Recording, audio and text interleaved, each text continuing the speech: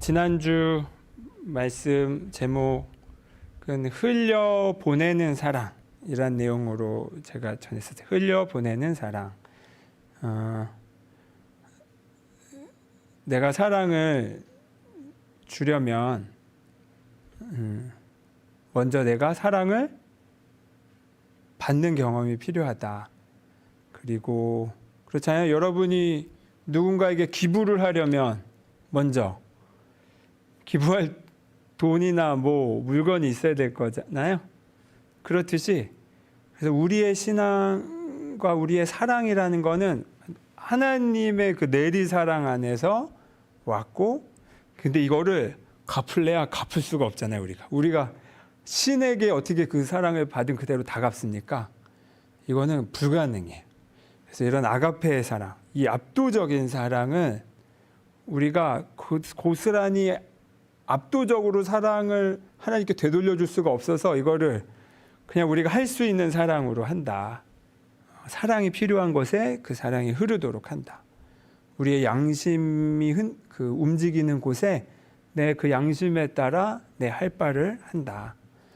그건 꼭 다양한 형태로 얼마든지 가능합니다. 사랑이 흐른다는 건 그게 돈에 대한 기부일 수도 있고 어떤 친절일 수도 있고 누군가는 어떤 매일 밥과 반찬을 해다 주는 것일 수도 있고 아니면 한 번뿐일 수도 있고 다양해요.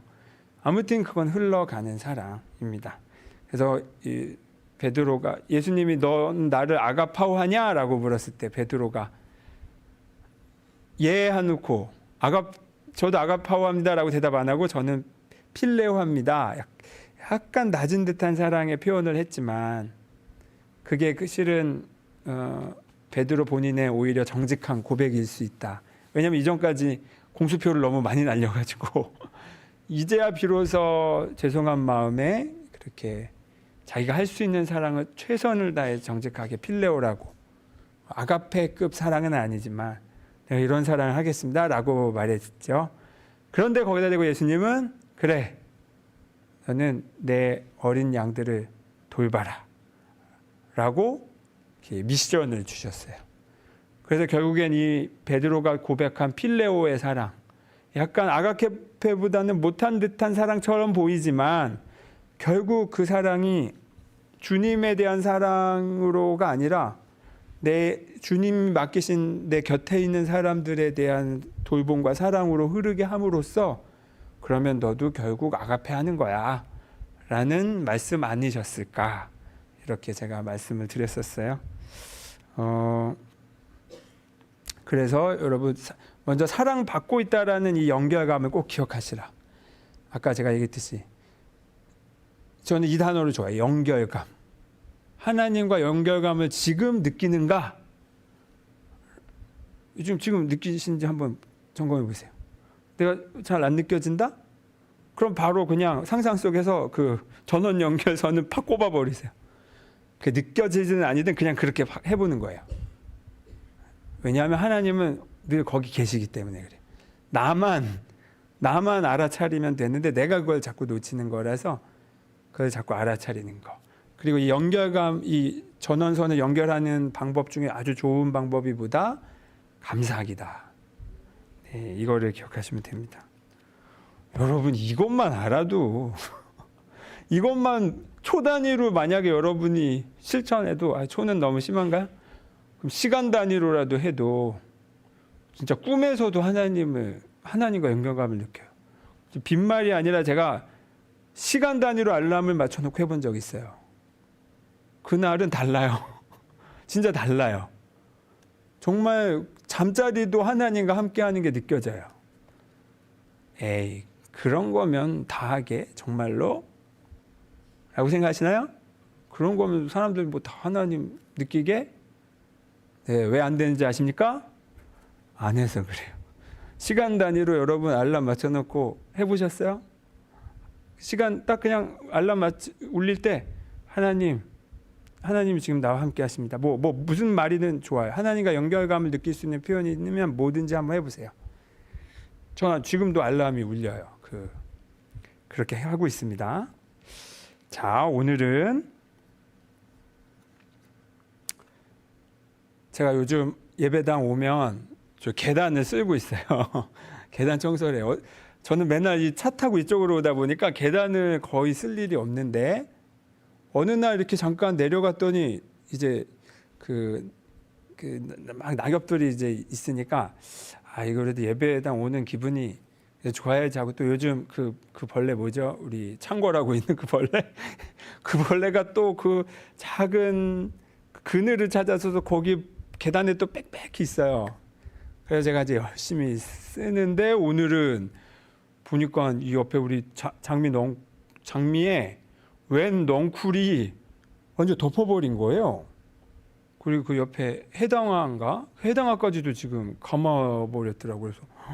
그래서 얘가 언제 이렇게 왔지 하고 그거를 막 자르고 있었어요. 근데 와 이게 뭐 끝도 없더라고요. 그래서 그러다 보니까 이게 예배 시간 이제 준비도 해야 되고 해서 제가 위에 거 하는 거는 이제 다 못하고 일단 더 잘하지는 못하게 해야겠다 하고 가능한 한 보이는 그 밑에 밑둥을 이제 잘랐어요.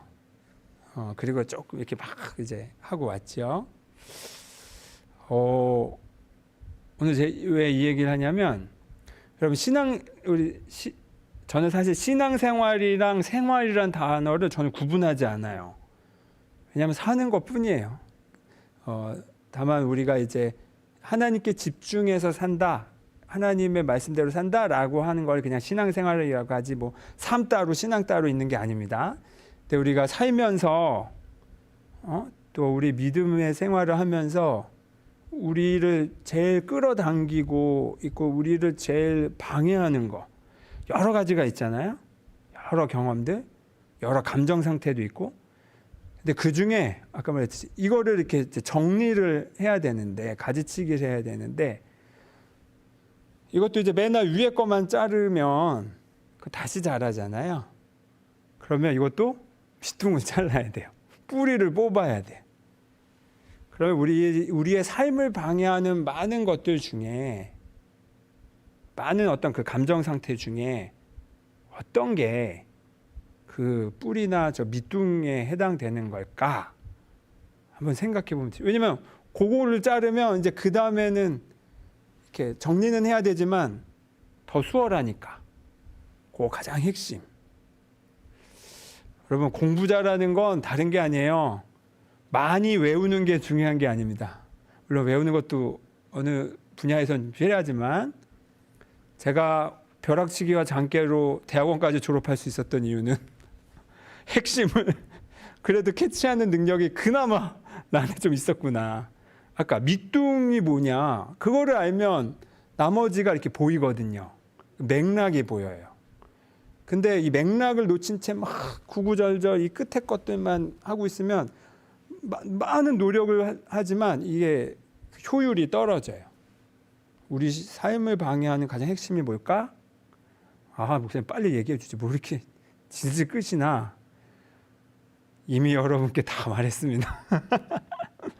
그게 바로 오늘 나오는 겁니다. 먼저 말씀드리면 분리감과 수치심이에요. 또 두려움. 이 세 가지 표현, 분리감, 수치심, 두려움. 이 세 가지는 늘 세트로 붙어 있어요. 세트로. 이게 무슨 말일까? 자, 여러분, 우선 먼저 여러분께 말씀드린 건 이 기독교의 메시지가 기독교의 복음이라고 표현하죠. 기쁜 소식. 이 기독교의 복음은 윤리 도덕과 다르다. 이런 표현 들어보신 적 있으세요? 윤리 도덕과 다르다.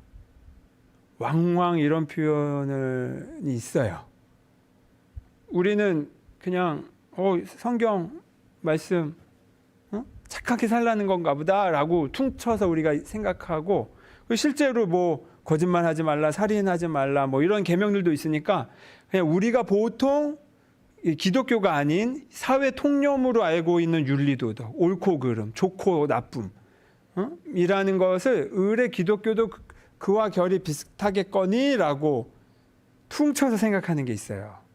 근데 조금 이렇게 보다 보면 그렇지 않아요. 근데 우리가 보통 이렇게 기독교 복음은 윤리도덕과 다르다는 말은 뭐 아무리 착해도 하나님 모르면 지옥 간다, 이런 식으로 이해하시는 경우가 있는데, 그런 뜻이 아니라 정말로 세상이 말하는 통념적인 선과 악, 옳고 그름이란 기준이랑 실은 예수님이 말씀하시는 선과 악이 기준이 다르다는 뜻이에요.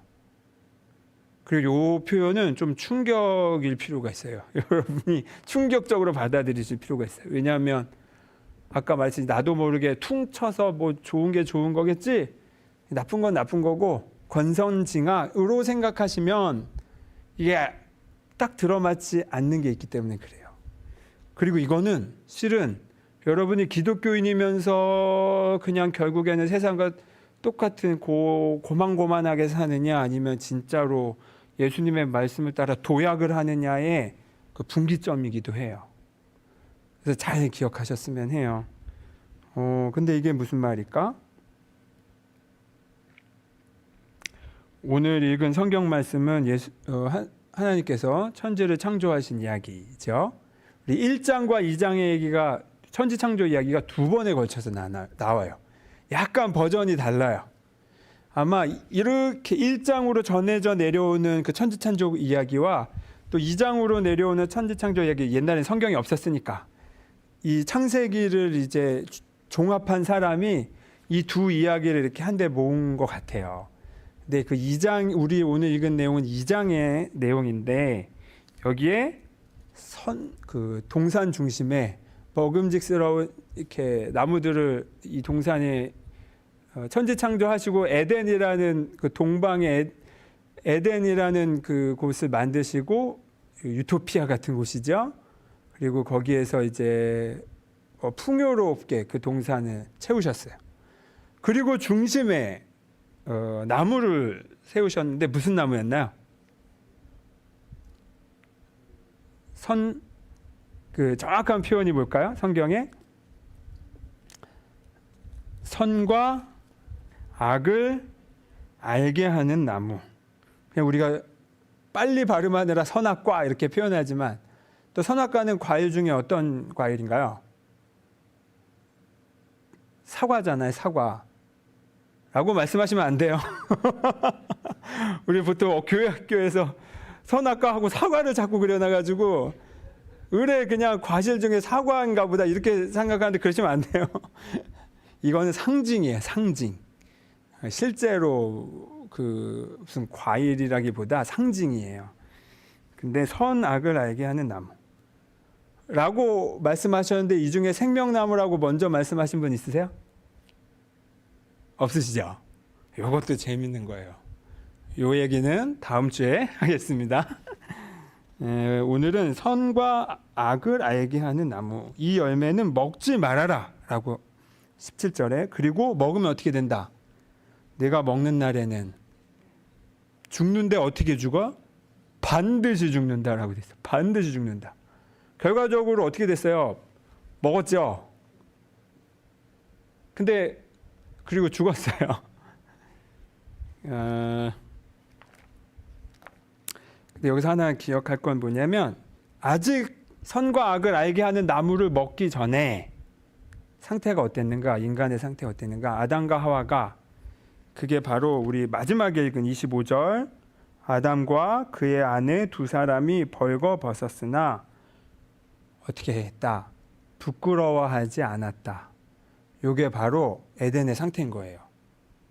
부끄러워하지 않았다. 무슨 단어인가 이게? 부끄럽다라는 거. 수치예요, 수치. 수치심을 모르고 살았다는 거예요.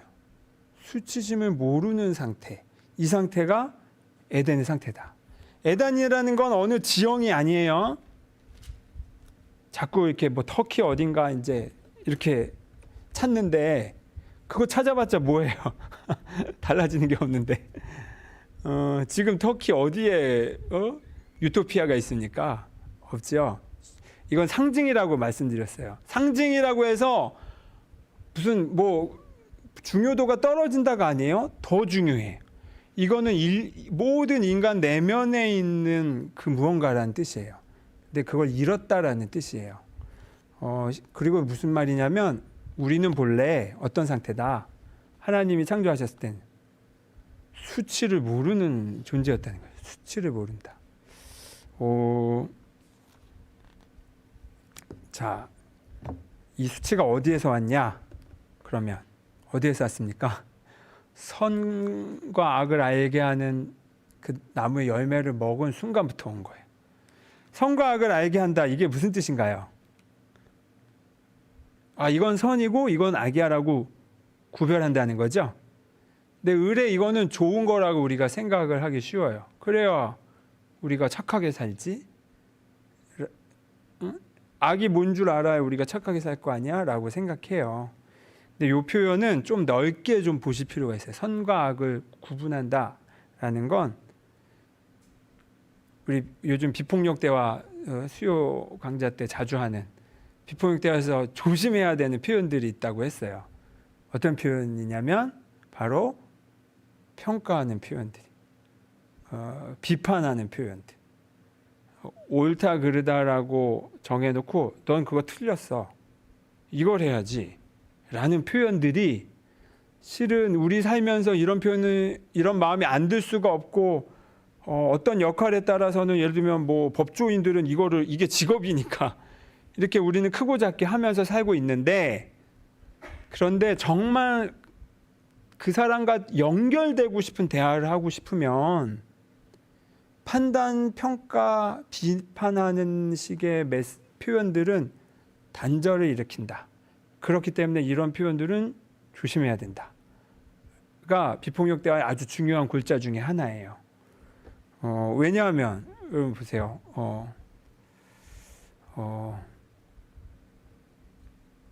우리 민호 염색 너무 멋지죠? 네. 근데 우리 어린 시절에 교회 다녔을 때 어땠습니까? 염색하고 교회 나타나면 왜 교회에서까지 두발 검사를 하는 거야? 그런 또 어르신들이 계셨어요. 지금이 문제가 아닌데 그 시기에는 나는 정말 너무 마음에 드는 머리를 해서 나는 그 당시에 유행하는 최고급 추리링이 운동복이 유행일 때가 있었어요. 청소년들 사이에. 그걸 입고 학교에 가는 거는 내가 이제 핵 인싸가 되는 거예요. 나 주목받는 사람. 그래서 그런 내 제일 좋은 옷을 입고 교회 왔는데 어디 교회 추리링 입고 왔냐면서 이제 귀 잡히고 이런 일들이 왕왕 있어요. 그때 그 아이의 마음은 어떨까? 정말 무례한 마음에서 그 추리링을 입었을까? 아니잖아요. 나는 제일 좋은 옷을 입고 온 거야. 다만 그게 추리링이었을 뿐인 거지. 그리고 내 또래에서는 그게 제일 좋은 거다 보니까. 근데 이제 거기에다 대고 판단이 사실 그 어르신 입장에서는 어르신의 세상에 그 시대에서는 추리링은 무례한 옷이다 보니 사실 그런 건데, 이게 좋다 나쁘다를 떠나서 판단이 들어가는 순간 서로의 진심이 뭔지는 저 뒷전에 가버려. 장로님 생각엔 추리링은 버릇없는 건 줄 알았는데 너 그렇게 입고 온 이유가 있니? 라고 한마디라도 물어봤으면 그렇구나. 요즘 애들은 이게 그거 제일 좋은 옷이구나. 그래 알았다라고 할 수도 있었을 텐데 이미 그 마음이 제가 다녔던 교회 장로님이 그 마음이 분명 있으셨을 거예요. 근데 그거를 묻기 전에 그냥 바로 판단의 표현이 나가버리니까 서로 진심을 확인할 기회는 싹 사라진 거잖아요. 그래서 판단의 표현이 조심해야 된다는 겁니다. 판단은 먼저 확인을 한 다음에 나중에 해도 늦지 않아요. 그리고 웬만한 일들은 그래서 판단할 필요가 없는 경우가 많아요. 이런 식으로. 그리고 여러분 만약에 제가 추리링 입고 왔는데 그런 표현을 들었다. 그럼 제 마음이 어떻겠어요? 이럴 때 그 딱 대표적인 문장 있잖아요. 삐뚤어질 때야. 교회 안 나와. 뭐 이런 마음 올라오는 겁니다. 이런 판단의 표현은, 평가하는 표현은 크든 작든 듣는 사람으로 하여금 방어하게끔 해요. 긴장하게 만들어요. 그 사람과 탁 단절을 시켜버려요. 그리고 변명하게 하고 혹은 화가 나면 같이 공격하게 돼요. 너는 뭘 잘했다고 이런 식으로. 그런데 여러분 이렇게 이 평가의 표현들은 또 우열을 나눠요. 그렇잖아요. 그래서 한편으로는 칭찬도 되게 조심해야 돼. 이게 아이들에 대한 칭찬이. 네가 뭘 더 해서 참 예쁘다라는 표현은 그럼 그걸 하지 않았을 때는 안 예쁜 건가라는 메시지로 오해되지 않도록 늘 그냥 나는 너여서 좋아. 그냥 조건 없이 나는 네가 참 좋아. 이런 메시지가 기본적으로 먼저 가는 게 중요해요. 근데 판단은 우열을 나누게 되고 우열은 당연히 우월감과 열등감으로 이어지고 그렇잖아요. 그래서 아무도 뭐라고 하지 않았는데 이 열등감이 자기 혼자서 계속 재생되는 사람들은 아무도 뭐라고 하지 않는데 늘 내가 열등할까 봐 조마조마한 마음으로 살고 있어요. 반대로 우월감의 어깨에 진짜 이렇게 힘이 들어간 사람들은 우월감은 열등감의 다른 말이라고 제가 말씀드렸잖아요. 그 사람은 늘 언제든지 열등감으로 고꾸라질 준비가 되어 있는 사람이에요. 남을 무시하는 사람들은. 그렇기 때문에 남을 무시하는 사람들에 대해서 화내실 필요가 없어요. 아유, 불쌍하다. 그 열등감이 얼마나 컸으면 저럴까 라고 생각하시면 오히려 정확해요. 저도 뭐 그랬어요. 제가 저기 횡성 안흥 살 때 제 초등학생 1학년이었는데 그때 처음으로 반 친구가 바나나를 갖고 왔네. 바나나라는 존재를 그때 제가 처음 봤어요. 그래서 너무 먹고 싶은데 그게 나한테는 없다라는 이 결핍감이 이제 불행감으로 오더라고요. 쟤만 먹으니까. 그리고 저건 막 부자만 먹나 보다 이렇게 생각했어요. 근데 웬걸 제가 커서 그 시절 안흥에 살던 시절 제 사진을 보니까 그 깡촌에서도 제가 나이키 운동화를 신고 있더라고요. 우리 어머니가 저를 그 시골에서 나이키를 신기신 거예요. 자, 이런 식으로 누구는 땅을 샀더라. 누구는 나는 주식이 뭐 떨어졌는데 어쩌고 저쩌고. 이런 모든 비교, 모든 판단, 모든 평가 예외 없이 그것은 불행하기로 작정한 시작이에요. 거기에 판단과 평가가 들어가는 순간. 한번 곰곰이 잘 생각해 보세요. 곰곰이. 사실 이미 이전까지는 바나나가 나타나기 전까지는 애들이 다 고만고만하고 먹는 거 똑같이 먹으니까 이게 뭐 좋다 나쁘다라는 개념 없이 그냥 누리고 즐기면서 살다가 단 한 명이 자기 혼자만 먹는 바나나가 생기는 순간부터 거기서부터 비교라는 게 생기고 판단하게 되고 불행이 시작됐다는 거예요. 이건 사소한 예지만 우리는 대부분 이런 패턴으로 살고 있다는 겁니다. 그리고 그러면서 이미 내가 누리고 있는 거는 이제 보이지 않아. 하찮게 보여. 맨날 먹는 쌀밥. 저한테는 쌀밥이 맥날 먹는 건데 우리 아버지한테는 전쟁 중에 태어나신 우리 아버지께는 그게 흔한 게 아닌데 이런 식으로. 이게 뭐냐면 이 평가에 의한 행복은 늘 상대적이에요.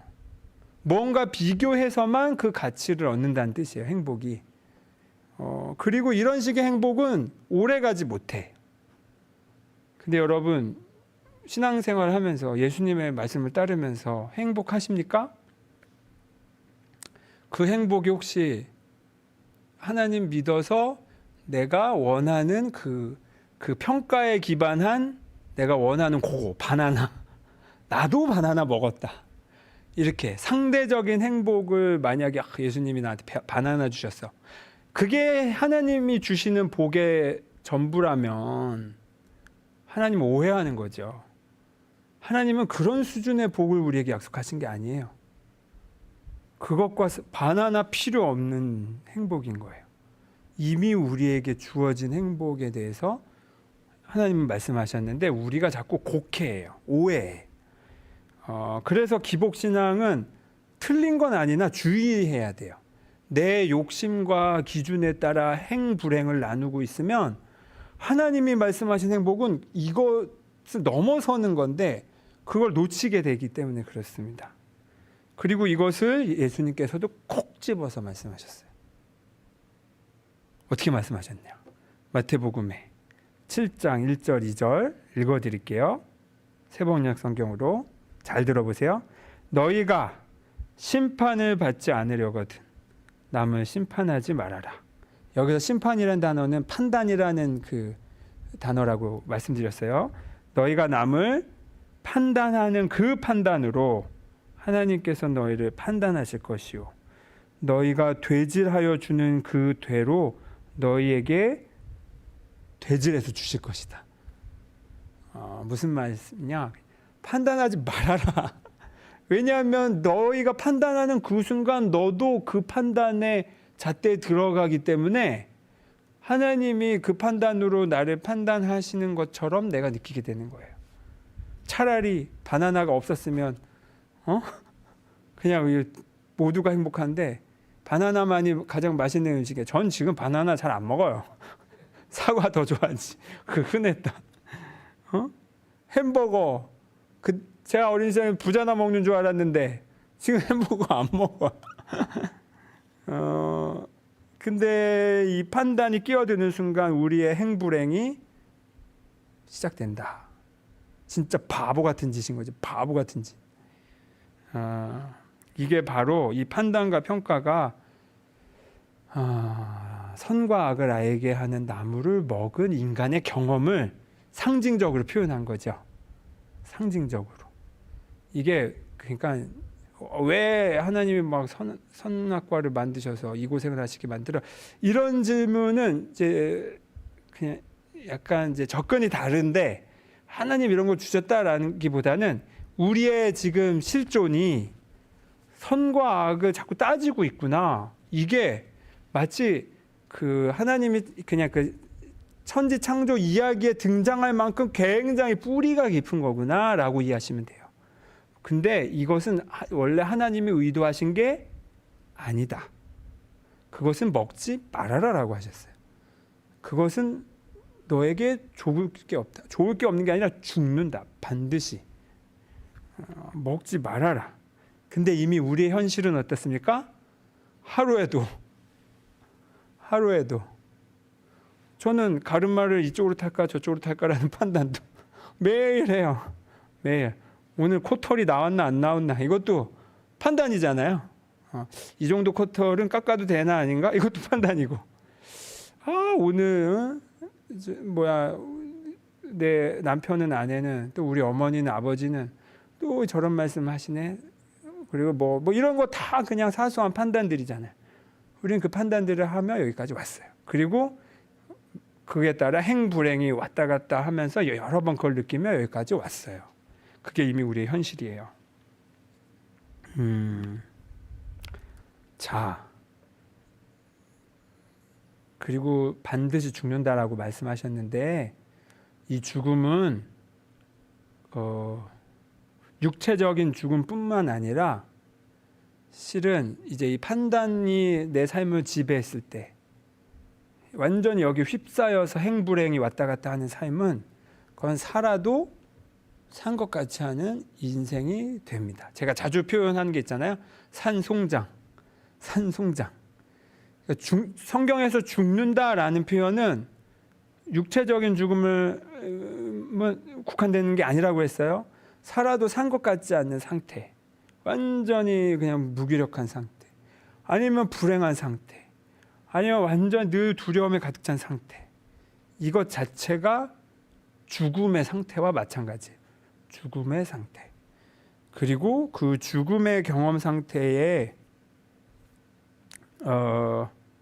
하나가 또 뭐냐면 이거예요. 분열, 분리.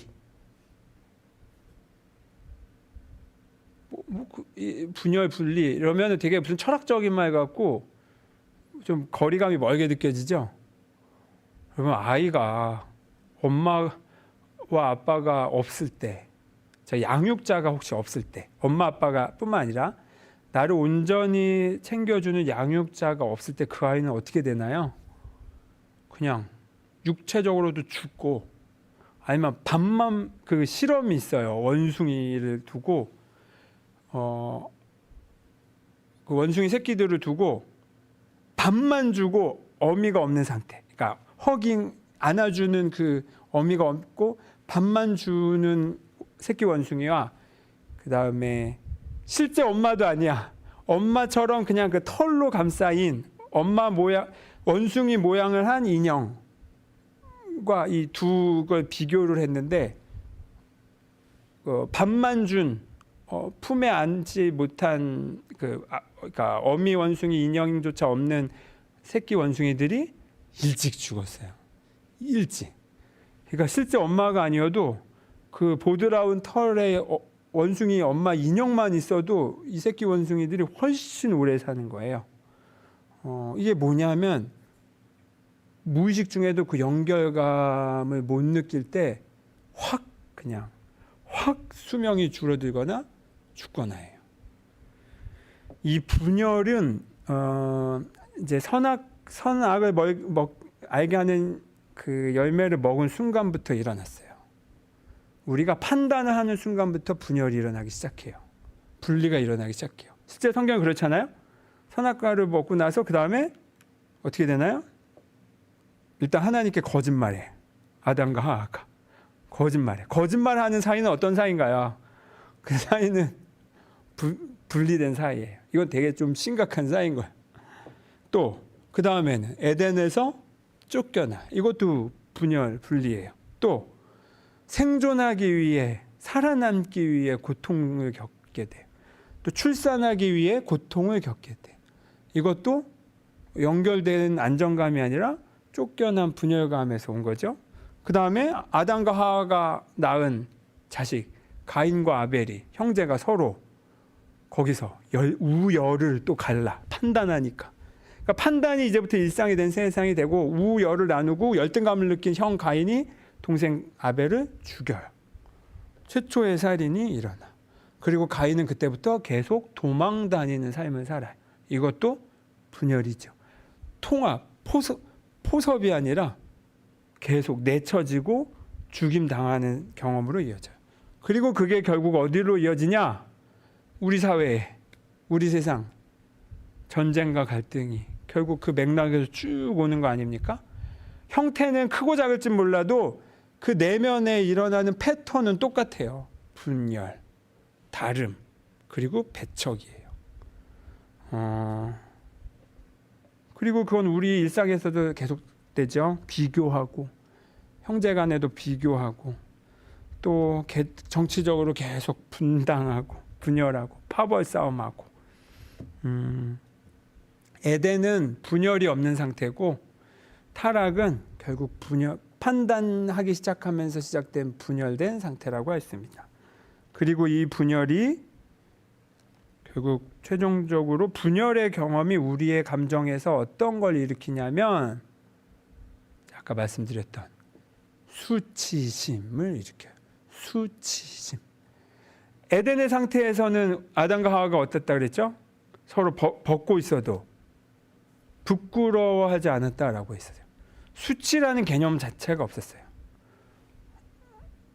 그래서 우리가 에덴으로 돌아가자, 뭐 하나님 날, 그러면 에덴으로 돌아가자는 게 뭐 여기서 다 홀랑 벗고 예배드리자, 뭐 굳이 그렇게 극단적으로 생각 안 하셔도 돼요.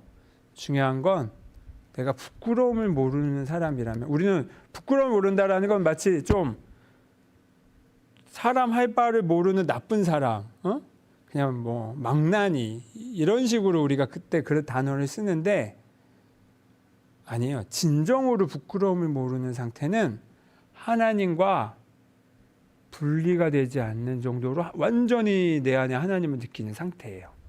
그런 사람은 잘못된 것을 할 수가 없어요. 나쁜 짓을 할 수가 없어요. 그래서 좀 정의를 여러분이 새롭게 하셨으면 해요. 부끄러움을 모른다라는 건, 그러면 부끄러움을 느끼면서 착한 일을 하는 건 잘 사는 거냐? 이것도 반쪽짜리 행복이에요. 반쪽짜리 행복. 우리 기독교의 복음은 이런 행복이 아니라고 했어요. 부끄러움을 모르는 선함이에요. 부끄러움을 모르는 행복이에요. 그런데 부끄러움을 아는 상태가 인간이 느끼는 불행의 여러 부정적인 경험 중에 제일 뿌리가 깊다. 요거를 이제 요 표로 잠깐 한번 보여드릴게요.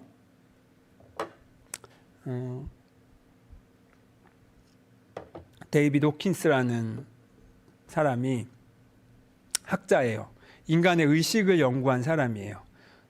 막 영성 이런 쪽으로도 공부한 사람인데, 이 사람이 인간이 경험하는 여러 감정 상태를 나누고 거기에 어떤 빛과 관련된 무슨 물리적으로 이 빛의 밝기로 그 사람의 감정 상태가 물리적인 빛의 밝기로 측정할 수 있는 어떤 그 도구를 가지고 측정을 했어요.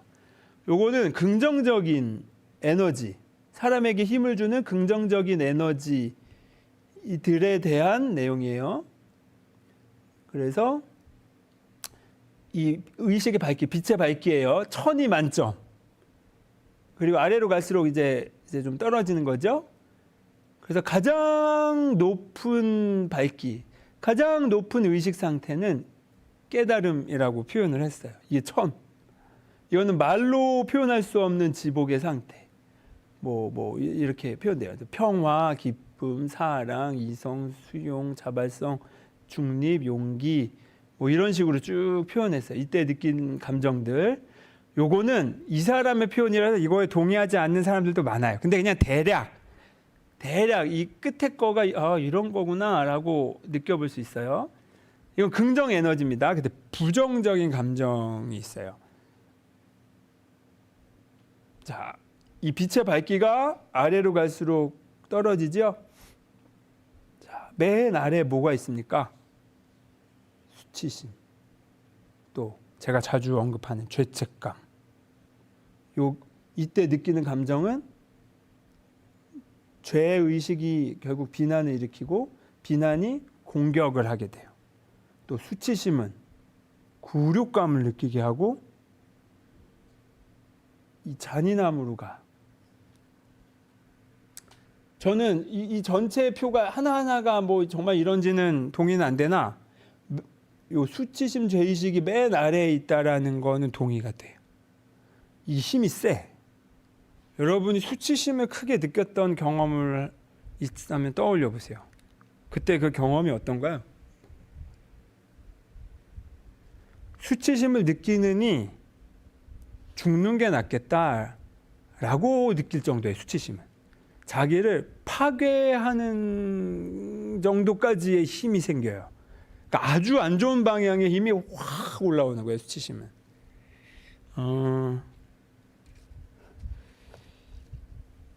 이게 바로 그 성경이 근데 말하고 있잖아요. 선악을 알게 하는 나무를 먹은 다음에 인간의 의식 상태가 수치심으로 곤두박질을 친 거예요. 그리고 그 수치심에 대한 재생이 지금 이제 인류의 역사였던 거죠. 분열과 수치심이 인류가 반복해서 지금 오고 있는 죄의 패턴인 거예요. 그리고 이것을 이제 멈추는 겁니다. 이것을 이제 더 이상 여기에 따라가지 않는 거예요. 이것을 알려주려고 누가 오셨습니까? 예수님이 오신 거예요. 예수님이 오셔서 너는 그런 존재가 아니야. 너는 원래 에덴에 있던 존재야. 너는 원래 하나님의 아들과 딸이야. 그것을 깨닫는 거, 그 밝기가 1000으로 올라가는 거, 그거를 예수님 본인이 그렇게 사셨고, 그래서 그것을 끌어올리려고 당신의 목숨까지도 내놓으신 거죠. 그리고 이렇게 내가 죽는 것조차도 별거 아니야. 진짜 하나님의 자녀로서의 정체성이 있다면 이런 건 중요하지 않아. 죽는 것조차도 거기에 휘둘리지 않아. 정도의 힘이 있다는 거죠. 그런데 우리는 계속 수치심을 수시로 경험하게끔 아직 우리가 그 굴레에 있어요. 그래서 여러분에게 오늘 읽은 그 시편 51편 우리 성시교독에서 읽은 것도 사실은 그 수치심과 죄된 나의 내가 아직도 이러구나라는 그 수치심, 그거에서 터져 나오는 탄식으로 오늘 읽은 그 시편 51편이 그 탄식에서 저를 씻겨 주십시오라고 하는 겁니다. 실은 더 정확하게 하면 씻고 말고의 문제가 아니에요. 이미 우리는 그런 존재가 아닌데 내가 거대한 착각을 하고 있는 것뿐이에요. 거대한 착각. 에덴에서부터 쫓겨났다라는 착각. 실은 우리는 천국을 떠난 적이 없는데 이것을 깨닫는 것이 바로 복음인 겁니다. 제가 좋아하는 어떤 구절이 있어서 여러분께 나누고 마치겠습니다. 오늘도 너무 길게 말씀을 전했네요. 수치심의 수시로 있는 우리의 의식 상태에다 대고 예수님이 그런 나에게 하시는 말씀인 것처럼 한번 들어보세요. 괴로움을 감추지 말고 즐거이 성령께 가져오라. 너의 모든 상처를 성령의 영원한 제정신 앞에 내려놓고 그에게 치유를 맡기라.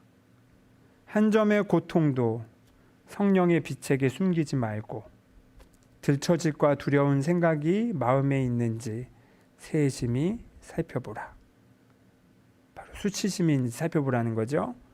성령은 네가 스스로를 상처 주기 위해 간직해온 모든 왜소한 생각을 치유하고 그 왜소함을 깨끗이 씻어 하나님의 장엄함으로 회복시킬 것이다. 장엄은 하나님 자녀의 권리이며 그 어떤 허상도 그를 만족시키거나 그를 그 자신의 정체성에서 떼어낼 수 없다. 오직 하나님의 사랑만이 실제이며 그는 오직 자신의 그러한 실제에만 만족할 것이다. 기적수업이란 책에 있는 내용이에요. 내 안에 미묘한 수치심이 있는지 잘 살펴봐라. 그리고 그거를 성령께 내어놓아라. 수치심이 있을 때 우리는 극도로 왜소해지지만 그 왜소함을 성령께 내어놓으면 성령께서 그걸 씻어주신다. 그리고 너의 본래 안에 있는 하나님의 장엄함을 회복시킬 것이다. 장엄함이라는 단어가 여기에 쓰였어요. 나란 존재가 장엄하다는 거예요. 그 끝을 모르는 지금 저 산맥만큼, 저 산맥보다 장엄하다는 거예요. 왜? 하나님이 장엄하시기 때문에. 에덴 동산에 선악을 알게 하는 나무가 있었어요. 근데 그것만 있었나요? 아니에요. 거기에는 생명나무도 있었어요. 이게 바로 우리가 기억해야 할, 우리가 회복해야 할 우리의 정체성입니다. 요거는 다음 주에 오늘보다는 좀 짧게 나누겠습니다. 잠깐 눈을 감고 우리 안에 미묘하게 남아있는 수치심의 패턴들이 뭐가 있나 잠깐 떠올려 보겠습니다.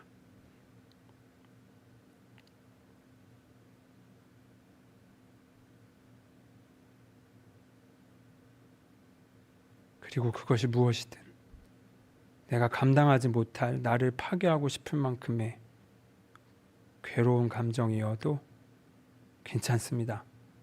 그 수치심과 두려움을, 그 분리된 두려움을 하나님께 내어드려 보겠습니다.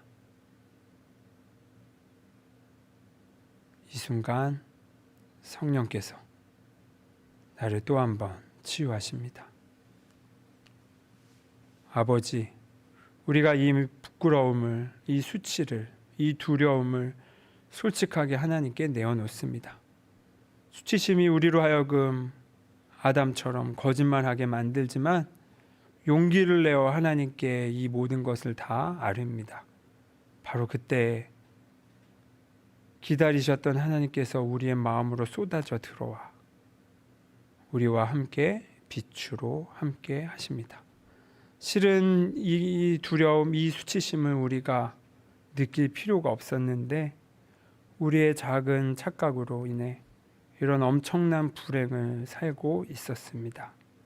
이 마음을 주님께 내어놓습니다. 우리 안에 본래 있는 그 생명의 힘에 다시 접속합니다. 한 주간 이 힘으로 살아가게 하옵소서. 이 장엄한 정체성으로 살아가게 하옵소서. 예수 그리스도의 이름으로 기도드립니다. 아멘. 헌금 찬송